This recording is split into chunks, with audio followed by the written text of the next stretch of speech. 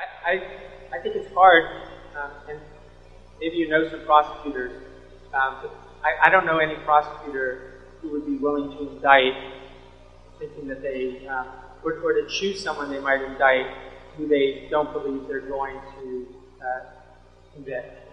And in fact, this is a conflict in it, because I agree with you. You want to see some acquittals, at least in a general way, because you want to show a process that is fair, that shows that it really is a contest with equality of arms.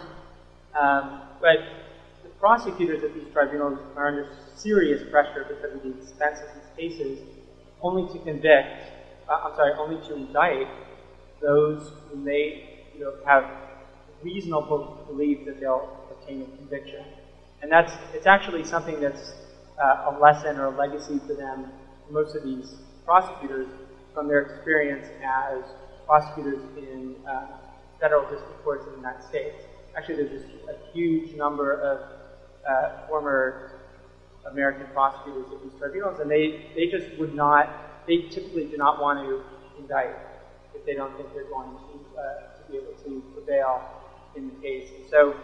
And they're under pressure because of the budget as well. So I mean, it's a hard question. I think one of the problems that all of these tribunals have faced, but the ICTY more than others, is that when they set themselves up at the very early days, they didn't create, in addition to offices, there's an office of the prosecutor, they should have also created an office of the defense, so that there was better opportunity for defendants to have the same access to evidence, the same access to real high-quality lawyers that the prosecutor has. Because I think what it comes down to more than anything else is that, how good are your lawyers, right? So the prosecutors are coming in with some really fantastic evidence usually. They spend a lot of money to get it. The defense should have the same ability to get that kind of evidence.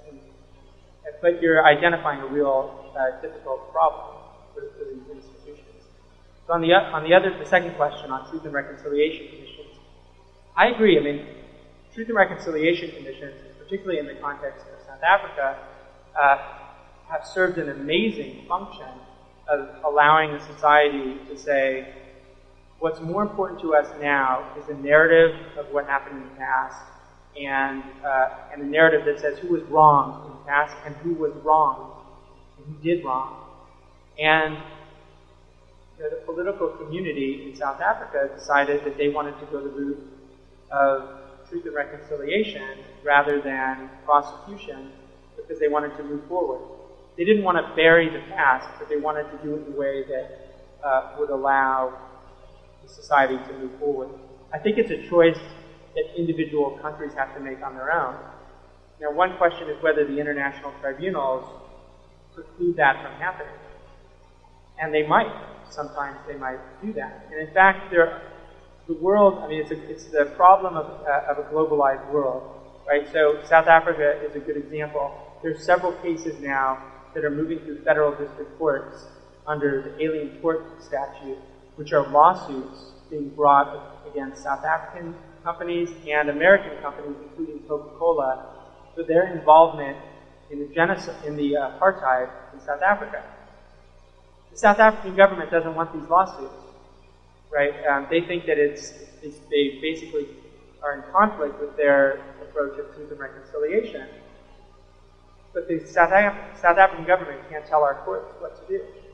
So how do you reconcile those things, right? So I think you raise some really good questions. Truth and reconciliation, I think, there are some who are pushing for that to happen in Bosnia right now, and nobody in Bosnia wants it to happen. It's really about what the local community wants to happen.